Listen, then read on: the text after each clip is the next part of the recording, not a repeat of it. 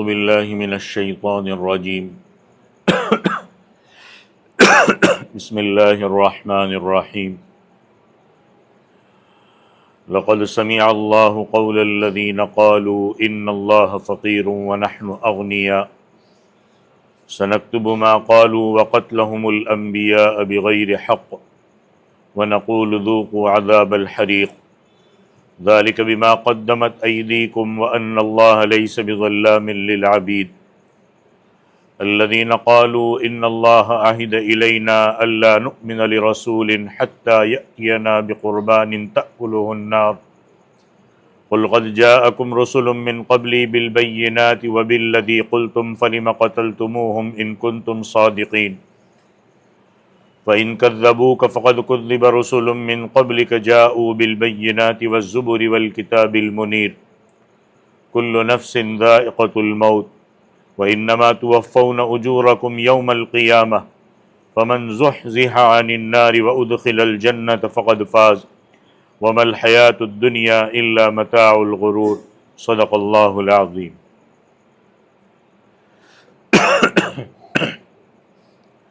سورہ آل عمران کی آیت نمبر 181 سے آیت نمبر 185 تک تلاوت کی ہے۔ اس سے پہلے درس میں اس کی آخری آیت میں بخل کی، کنجوسی کی مذمت بیان کی گئی ہے۔ آج کی آیات بھی اسی سلسلے میں ہے۔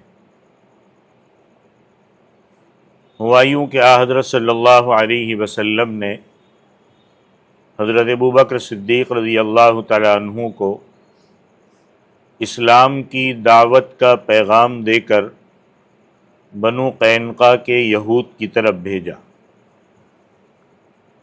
اور وہ جو دعوت بھیجی اس دعوت نامے کا عنوان اس طرح ہے کہ اتقوا اللہ، اللہ سے ڈرو، ایمان لے آؤ، کیونکہ تم جانتے ہو کہ محمد صلی اللہ علیہ وسلم برحق ہے، اور اس بات کی گواہی خود تمہاری کتابوں میں موجود ہے۔ نماز قائم کرو، زکوٰۃ ادا کرو، اور اس میں یہ بھی تھا کہ وَأَقْرِضُوا اللَّهَ قَرْضًا حَسَنًا، اللہ تعالیٰ کو قرض حسنہ دو۔ حضرت ابوبکر صدیق رضی اللہ تعالیٰ عنہ یہ خط لے کر بنو قینقاع پہنچے۔ اس وقت یہودیوں کا بڑا عالم فخاذ بن عزورہ یہ تعلیم دے رہا تھا۔ حضور اکرم صلی اللہ علیہ وسلم کا خط پڑھا اور کہنے لگا کہ جس میں یہ فرمایا تھا کہ اللہ تعالیٰ کو قرض حسنہ دو، وہ کہنے لگا کہ اس کا مطلب یہ ہے کہ اللہ فقیر ہے اور ہم مالدار ہیں، اسی لیے تو اللہ تعالیٰ نعوذ باللہ ہم سے قرضہ مانگتا ہے۔ اب آپ اندازہ کرو کوئی یہ بات کرے گا تو کوئی برداشت کرے گا؟ حضرت ابوبکر صدیق رضی اللہ تعالیٰ عنہ برداشت نہ کر سکے اور اس یہودی عالم کو تھپڑ مارا، حالانکہ وہ نرم دل تھے،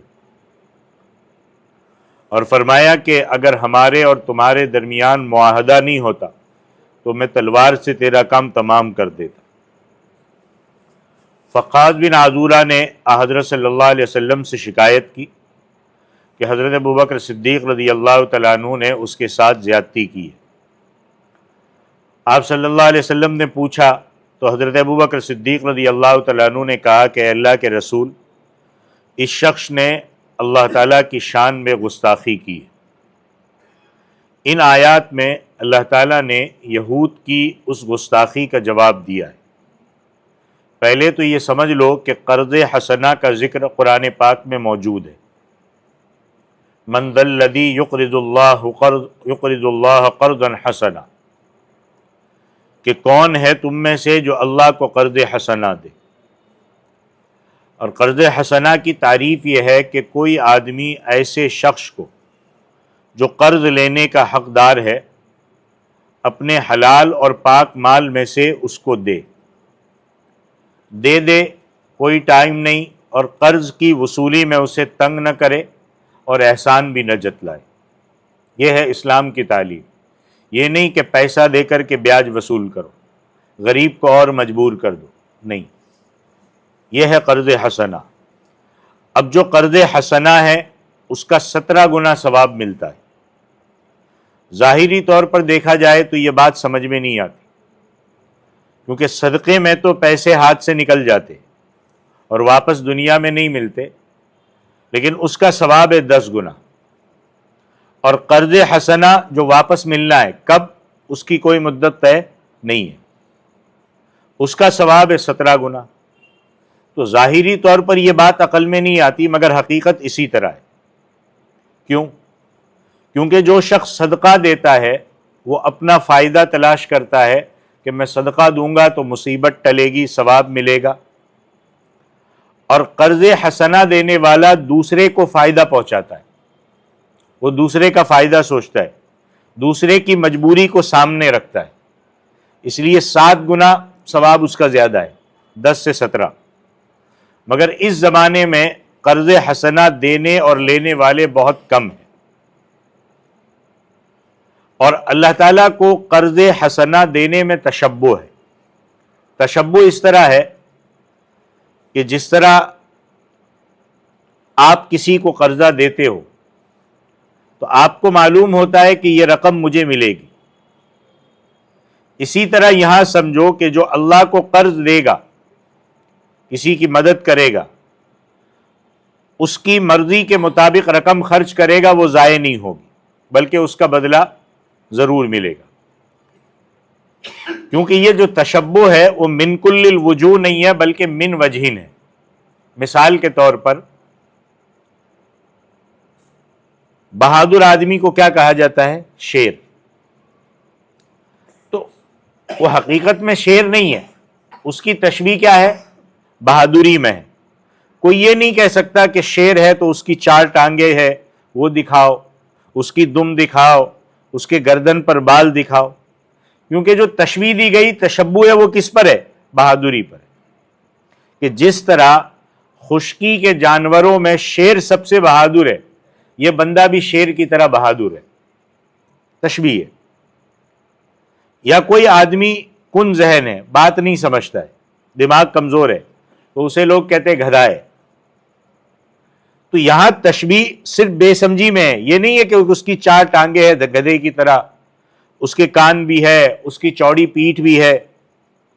یا کنجوس آدمی کے بارے میں کہا جائے کہ بھائی وہ تو لوہے کا تھن ہے، مطلب جس طرح لوہے کے تھن سے دودھ نہیں نکلتا، اسی طرح یہ کنجوس آدمی ہے، اس سے کچھ حاصل نہیں ہوگا۔ اور کوئی آدمی زبان کا بڑا میٹھا ہوتا ہے اور اندر سے چھری ہو تو اس کو کہا جائے گا وہ سونے کی چھری ہے۔ تو اللہ کو قرض دینے میں یہ تشبیہ ہے کہ تم جو اللہ کے راستے میں خرچ کرو گے اس کا بدلہ ضرور ملے گا۔ اور اس بات کو یہودی بھی سمجھتے تھے، مگر چونکہ شرارت کرنی تھی اس واسطے انہوں نے کہا کہ مسلمانوں کا خدا فقیر ہو گیا ہے اور ہم مالدار ہے، اس لیے ہم سے قرضہ مانگتا ہے۔ اللہ فرماتے لقد سمع اللہ قول الذین قالوا ان اللہ فقیر ونحن اغنیاء، کہ اللہ نے ان لوگوں کی بات سن لی جنہوں نے یہ کہا کہ اللہ محتاج ہے اور ہم مالدار ہیں، لہذا اللہ ہم سے قرض مانگتا ہے۔ اللہ فرماتے سنکتب ما قالوا، ہم لکھیں گے جو انہوں نے کہا ہے، یعنی ہم لکھنے کا حکم دیں گے، کیونکہ اللہ خود نہیں لکھتا، اللہ کے فرشتے کرامن کاتبین لکھتے ہیں۔ یہ بات جو انہوں نے کہی ہے، اتنا سخت جملہ جو کہا ہے، جو اللہ کی شان میں گستاخی کی گئی ہے، یہ بات لکھ دی گئی۔ اللہ کہتے ہیں اس کے علاوہ یہ بات بھی ہمارے پاس موجود ہے کہ وقت لہم الانبیاء بغیر حق، کہ انہوں نے اللہ کے شان میں گستاخی تو کی، لیکن ان کا اللہ کے نبیوں کو ناحق قتل کرنا بھی موجود ہے، کیونکہ اللہ کے پیغمبر حق کہتے ہیں اور وہ ان کو اچھا نہیں لگتا۔ آج بھی حق بات بولنے والا اچھا نہیں لگتا ہے، اسی لیے وہ ان پیغمبروں کے خلاف ہو گئے، ان کو قتل کر دیا، جیسے شایع علیہ السلام کو شہید کیا، یحییٰ علیہ السلام کو شہید کیا، کافی پیغمبر شہید کیے، ناحق شہید کیے، کیونکہ شریعت میں حق کو قتل کرنے کی، قتل حق کی 3 صورتیں، اور ان 3 صورتوں کے علاوہ کسی کو قتل کرنا جائز نہیں ہے۔ پہلی صورت کیا ہے؟ کوئی شخص مسلمان ہو اور مرتد ہو جائے نعوذ باللہ، تو اس کو 3 دن کی مہلت دی جائے گی کہ بھائی تو مرتد کیوں ہوا، تیرے شکوک کیا ہے، تیرے شبہات کیا ہے، تیرے سوالات کیا ہے، اس کو دور کیا جائے گا۔ اگر 3 دن میں اس نے شکوک و شبہات دور کر کے توبہ نہیں کی تو اسلام کا حکم یہ ہے کہ قتل کر دیا جائے گا، ورنہ تو عام لوگ مسئلہ کھڑا ہو جائے گا۔ اور یہ اسلامی حکومت میں ہے، عام یہاں شروع نہیں کر دینا، ہاں یہ اسلامی حکومت میں یہ قانون ہے۔ اور پیغمبروں کے متعلق اس کا تصور نہیں کیا جا سکتا کہ وہ اسلام کو چھوڑ دے، ٹھیک ہے۔ دوسری صورت یہ ہے کہ کوئی آدمی جان بوجھ کر قتل کے آلے کے ساتھ کسی بے گناہ کو قتل کرے تو بدل میں اس کو قتل کیا جائے گا، کیونکہ اتنا سخت قانون ہوگا تو ہی امن قائم ہوگا، ورنہ ہر بندہ سوچے گا جیل جاؤں گا، ضمانت ملے گی، پیسے بھروں گا، نکل جاؤں گا، اور قتل اور مرڈر ہوتے رہیں گے۔ تو سخت قانون ہوگا جب امن قائم ہوگا، اور پیغمبر کسی کو جان بوجھ کر قتل کرتے نہیں ہیں کہ ان کو اس کے بدلے میں قتل کیا جائے۔ اور تیسری صورت یہ ہے کہ شادی شدہ مرد عورت زنا کرے تو ان کو سزا کے طور پر رجم کیا جائے گا، اور پیغمبروں کے متعلق اس کا تصور نہیں کیا جا سکتا۔ لہذا جتنے بھی پیغمبر یہودیوں نے شہید کیے وہ ناحق شہید کیے۔ اللہ کہتے وَنَقُولُ ذُوقُوا عَذَابَ الْحَرِيقِ، ہم ان سے کہیں گے کہ چکھو جلانے والی آگ کا عذاب، کہ دنیا میں تم نے اللہ تعالیٰ کو فقیر کہا، اس کے پیغمبروں کو شہید کیا، حق کا مقابلہ کیا، اب اس کی سزا چکھو۔ اور اللہ کہتے ہم کہیں گے ذَلِكَ بِمَا قَدَّمَتْ أَيْدِيكُمْ، یہ سزا جو تمہیں مل رہی ہے یہ اس لیے مل رہی ہے کہ یہ تمہارے کرتوت ہے، یہ تمہاری بدعملی ہے۔ وَأَنَّ اللَّهَ لَيْسَ بِظَلَّامٍ لِّلْعَبِيدِ، اللہ بندوں پر ظلم کرنے والا نہیں ہے، ہاں اللہ نے ظلم نہیں کیا، تمہاری بدعملی کی یہ سزا ہے۔ اللہ نے تو ظلم حرام کیا ہوا ہے، اپنی ذات کے لیے بھی اللہ نے ظلم حرام کیا ہے اور مخلوق کے لیے بھی۔ کسی نے قاعدے کے مطابق نیکی کی ہے تو اس کو اس کا اجر ملے گا، اور کسی نے ذرہ برابر برائی کی ہے تو اس کی سزا پائے گا، الا من رحم اللہ، ہاں اللہ جس پر رحم کرے۔ آگے اللہ فرماتے الذین قالوا ان اللہ عہد الینا، کہ وہ لوگ جنہوں نے کہا کہ بے شک اللہ تعالیٰ نے عہد کیا ہے ہمارے ساتھ، کیا؟ اللہ نؤمن لرسول حتی یأتینا بقربان تأکلہ النار، کہ ہم کسی رسول پر ایمان نہیں لائیں گے یہاں تک کہ وہ ہمارے پاس ایسی قربانی لائے کہ آگ اس کو کھا جائے۔ اب اس آیت میں یہودیوں کی ایک شرارت کا ذکر ہے، وہ کیا ہے؟ وہ یہ ہے کہ یہودیوں کے جو بڑے لوگ تھے، تعلیم یافتہ، سیاسی، مذہبی پیشوا، ان کا ایک وفد اللہ کے نبی صلی اللہ علیہ وسلم کے پاس آیا، اور وہ کہنے لگے کہ تورات میں ہمیں یہ حکم دیا گیا ہے کہ کسی نبی کو اس وقت تک نہ مانو جب تک وہ قربانی کر کے میدان میں نہ رکھے اور آگ آ کر اس کو نہ جلا دے۔ یہ پہلی شریعت میں تھا، ہماری شریعت میں قربانی کا گوشت کھانا جائز تھا، پہلی شریعت میں کیا تھا کہ اس کو استعمال کی اجازت نہیں تھی، قربانی ہو جو بھی وہ آپ اس کو کہیں پہاڑ پہ یا میدان پہ رکھ دو، آگ آ کے اس کو کھا لے گی، یہ تھا۔ تو کہا جب تک کوئی پیغمبر اپنی قربانی پیش کرے اور اس کو آگ نہ لائے اس تک نہیں ماننا ہے۔ امام رازی رحمۃ اللہ علیہ تفسیر کبیر میں نقل کرتے ہیں کہ اصل میں وہ حکم اس طرح تھا کہ 2 پیغمبروں کے علاوہ جو بھی تمہارے سامنے نبوت کا دعویٰ کرے اس سے معجزہ طلب کرو، 2 پیغمبروں کے علاوہ، اور کہو کہ ہم تم پر اس وقت تک ایمان نہیں لائیں گے جب تک تم قربانی کر کے میدان میں نہ رکھو اور آگ اس کو نہ جلا دے، کیونکہ اس زمانے میں بھی جھوٹی نبوت کا دعویٰ کرنے والے موجود تھے، آج بھی تو ہے، نبی بن کے گھوم رہے، ہر ایک چھوٹے موٹے ٹائم کے بعد نبی پیدا ہو رہا ہے، جھوٹے دعوے کرنے والے۔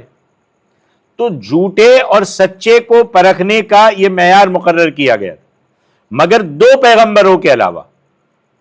یہ بہت غور سے سنو، انہوں نے باتیں کاٹ دی تھی آدھی، پوری بات یہ ہے کہ 2 پیغمبروں کے علاوہ، ایک حضرت عیسیٰ علیہ السلام اور ایک حضرت محمد الرسول اللہ صلی اللہ علیہ وسلم، کہ ان کے متعلق حکم تھا کہ ان کو ہر حال میں ماننا ہے، یہ نشانی قربانی والی ان کے ہاتھ پر نہیں ہوگی. یہ بات بھی تورات میں لکھی ہوئی ہے، لیکن انہوں نے آدھی بات بیان کی، آدھی بات چھپا دی. اس کو آپ اس طرح سمجھو کہ قرآن کی ایک آیت ہے لا تقربوا الصلاۃ وانتم سکارا، کہ تم نماز نہ پڑھو، اس نماز کے قریب مت جاؤ اس حالت میں کہ تم نشے کی حالت میں ہو. یہ تو پہلا حکم تھا. اب وہ کہے میں نماز اس لیے نہیں پڑھتا کہ اللہ کا حکم ہے کہ نماز کے قریب مت جاؤ، آگے کا لفظ چھوڑ دیا کہ نشے کی حالت میں. تو اس کو کہا جائے گا کہ بھائی اس آیت کا آگے پیچھے بھی دیکھو، معلوم ہو جائے گا کہ نشے کی حالت میں نماز پڑھنے کے سے منع کیا گیا. کیونکہ شریعت میں جو پہلے نماز کے اوقات جو تھے اس میں نماز کے اوقات کے علاوہ شراب حلال تھی. اور کیا حکم تھا کہ اے ایمان والو نماز نشے کی حالت میں نماز کے قریب مت جاؤ. بعد میں پوری طریقے سے شراب حرام کر دی گئی، کسی صورت میں اب شراب نہیں پینی ہے، کیونکہ شراب عربوں کی گھٹی میں پڑی ہوئی تھی. ایک دم سے ان سے کہا جائے کہ شراب حرام تو مسئلہ کھڑا ہو سکتا تھا. تو آہستہ آہستہ پہلے کا نماز کے اوقات میں شراب، نشے کی حالت میں نماز کے قریب مت جاؤ. پھر ایک دم سے حکم آیا کہ نہیں اب شراب مکمل طور پر حرام ہے. تو کہا نہ قریب جاؤ نماز کے اس حالت میں کہ تم نشے میں ہو. کیوں؟ حتی تعلموا ما تقولون، کہ جب تک تم نہ سمجھو جو کہتے ہو. یعنی آدمی نشے کی حالت میں نماز میں جائے گا، نشے کی حالت میں جب بندہ ہوتا ہے اس کی کیا صورتحال ہوتی ہے، اس کو خود نہیں پتا ہوتا ہے میں کیا بول رہا ہوں. تو جو کچھ نماز میں پڑھتا ہے اس کو پتا ہونا چاہیے. آج ہماری مشین گھوم رہی ہوتی ہے، بٹن دبا پتہ ہی نہیں چلا کیا پڑھ رہا ہے، فٹافٹ فٹافٹ فٹافٹ فٹافٹ نماز ختم. ہاں، جو کچھ نماز میں پڑھتا ہے اس کے مفہوم کا اس کو علم ہونا چاہیے، اسے معلوم ہونا چاہیے کہ وہ کیا پڑھ رہا ہے، وہ کیا کہہ رہا ہے. اور یاد رکھنا، یہ بھی غور سے سنیے گا، ہم پر شراب کا نشہ تو نہیں ہے مگر جہالت کا نشہ ضرور ہے. ہمیں نہیں معلوم کہ ہم کیا پڑھتے. ہم سورہ فاتحہ پڑھتے تو اس کا مفہوم کیا ہے. اب سالوں سے نماز پڑھنے والوں سے پوچھ لو کہ وتر کی نماز میں جو دعائے قنوت ہے اس میں ایک جملہ ہے نحفظ، تو اس نحفظ کا کیا معنی ہے؟ نہیں بتا سکتے، 100 میں سے 2-4 بتا سکتے. اور حالانکہ یہ قرآن کا حکم ہے کہ حتی تعلموا ما تقولون، کہ تم جان لو کہ تم نماز میں کیا کہہ رہے ہو. جب تک سمجھو گے نہیں کیسے نماز میں مزہ آئے گا. ہم نے طوطے کی طرح الفاظ رٹے ہوئے ہیں، حالانکہ نماز جو پڑھ رہے ہو کم سے کم ان الفاظ کا ترجمہ بھی سمجھنا بھی ضروری، کیونکہ نص قطعی ہے حتی تعلموا ما تقولون، تم جان لو کیا کہہ رہے ہو. تو خیر یہودیوں نے آگے پیچھے سے کاٹ کر تورات کا حکم سنایا کہ ہمیں تو یہ حکم دیا گیا ہے کہ تم اس پیغمبر پر ایمان لاؤ جو قربانی کر کے میدان میں رکھے اور آسمان سے آگ جلا کر اس کو جلا دے. آدھا کاٹ دیا. اللہ نے اس کے 2 جواب آگے دیے. پہلا جواب قل قد جاءکم رسل من قبلی بالبینات، سنیے گا غور سے، کہ آپ ان سے کہیے کہ تمہارے پاس رسول مجھ سے پہلے یعنی محمد الرسول اللہ سے پہلے واضح دلیلوں کے ساتھ آئے. یعنی اللہ کے کئی پیغمبر ایسے بھی تشریف لائے جنہوں نے قربانی والا معجزہ بھی دکھایا، اس کے علاوہ بھی کئی اور معجزے دکھائے، مگر تم نے تو ان کو مانا نہیں. تم نے مانا نہیں. تم کہتے ہو کہ پیش کرو گے تو مانیں گے، لیکن تم نے مانا ہی نہیں. کیونکہ پیغمبر کے لیے تو نشانی چاہیے، اس کے علاوہ بھی اور بھی معجزات تھے. دوسرا الزامی جواب یہ دیا کہ وَبِالَّذِي قُلْتُمْ فَلِمَ قَتَلْتُمُوهُ، اور وہ نشانی بھی لائے جو تم کہتے ہو کہ تم کہتے ہو، یعنی قربانی والا. اور معجزات والے بھی نبی آئے اور تم جو مانگتے ہو وہ بھی آئے. فَلِمَ قَتَلْتُمُوهُمْ، تو پھر تم نے ان کو کیوں قتل کیا ان کنتم صادقین، اگر تم سچے ہو. یعنی ماننا نہیں ہے، یہ بہانے بنانے ہیں، یہ شرارتی کرنی. ہمیں بھی یہ چیزیں بہت سی ہوتی ہے کہ جب شریعت کا کوئی حکم ہمارے سامنے بیان کیا جاتا ہو، جب ہم کو سمجھ نہیں آتا یا اس پر عمل نہیں کرنا ہوتا ہے تو پھر ہم اس کے لیے ادھر ادھر کے حیلے بہانے ڈھونڈتے. یہ یہودیوں والی صفت ہے. یہودی یہی کرتے تھے کہ ادھر ادھر کی باتیں نکالو، حالانکہ جو وہ پیش کر رہے تھے کہ قربانی والا جو قربانی پیش کرے آگ اس کو کھا لے، وہ پیغمبر تو ہم مانیں گے، وہ بھی آئے تو ان کو بھی قتل کر دیا۔ تو اللہ کہتے اگر سچے ہو تو ایسا کیوں کیا؟ آگے اللہ تعالیٰ نے اپنے پیغمبر صلی اللہ علیہ وسلم اور ان کے ماننے والوں کو ایک تسلی دی کہ فَإِن كَذَّبُوكَ، کہ اے نبی کریم صلی اللہ علیہ وسلم اگر وہ آپ کو جھٹلا دے تو آپ صبر کریں۔ کیوں؟ فَقَدْ كُذِّبَ رُسُلٌ مِّن قَبْلِكَ، کہ اس سے پہلے بہت سے رسول جھٹلائے گئے، کوئی نئی بات نہیں ہے، جھٹلائے گئے۔ جاؤ بالبینات، وہ واضح دلائل اور معجزات رسول لے کر آئے، والزبر، صحیفے لے کر آئے، والکتاب المنیر، اور ایسی کتابیں جو روشنی پہنچانے والی تھی وہ لے کر آئے، دلوں کو روشن کرنے والے تھی۔ ان لوگوں نے ان کو بھی جھٹلایا کیونکہ یہ ان کی شرارت تھی کہ ماننا ہی نہیں ہے۔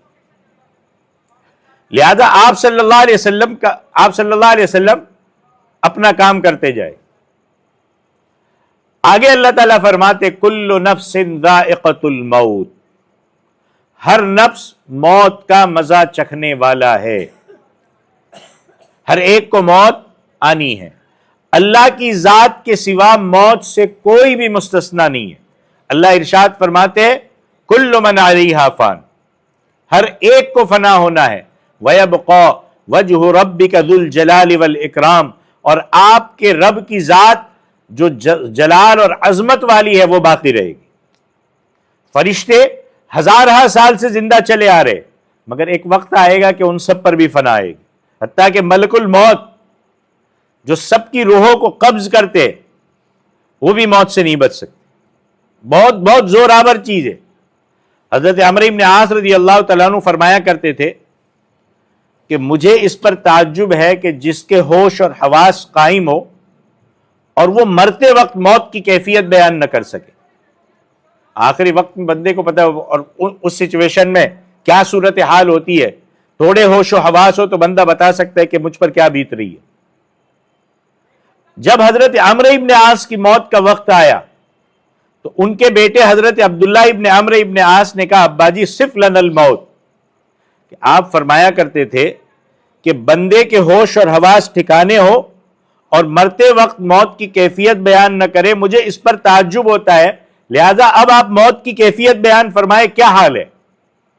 فرمایا نہ پوچھو، کہا میری کیفیت یہ ہے کہ جس طرح سوئی کے ناکے سے میری جان نکالی جا رہی ہے اور کسی نے پہاڑ اٹھا کر میری گردن پر رکھ دیا ہے، ایسا محسوس ہو رہا ہے۔ کیا؟ سوئی کے ناکے سے میری جان کھینچ کے نکالی جا رہی ہے اور بوجھ ایسا ہے جیسے پہاڑ کسی نے رکھ دیا ہو۔ یہ ہے موت، اس کی تیاری کرنا ہے۔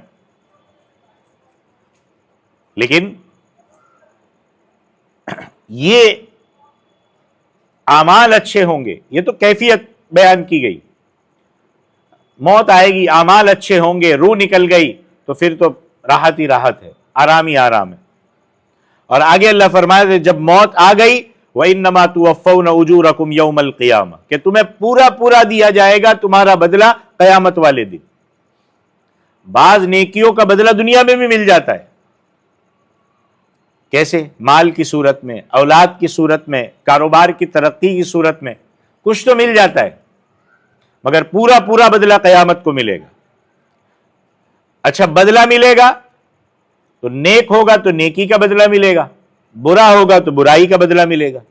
اور پھر اللہ نے آخر میں فرمایا فَمَنْ زُحْزِحَ عَنِ النَّارِ وَأُدْخِلَ الْجَنَّةَ فَقَدْ فَازَ، کہ جو دوزخ سے بچا لیا گیا، جو دوزخ کی آگ سے بچا لیا گیا اور جو جنت میں داخل کیا گیا وہ کامیاب ہو گیا۔ یہ ہے اصل کامیابی۔ ذَلِكَ الْفَوْزُ الْكَبِيرُ إِنَّ الَّذِينَ آمَنُوا وَعَمِلُوا الصَّالِحَاتِ لَهُمْ جَنَّاتٌ تَجْرِي مِنْ تَحْتِهَا الْأَنْهَارُ ذَلِكَ الْفَوْزُ الْكَبِيرُ، یہ بڑی کامیابی ہے۔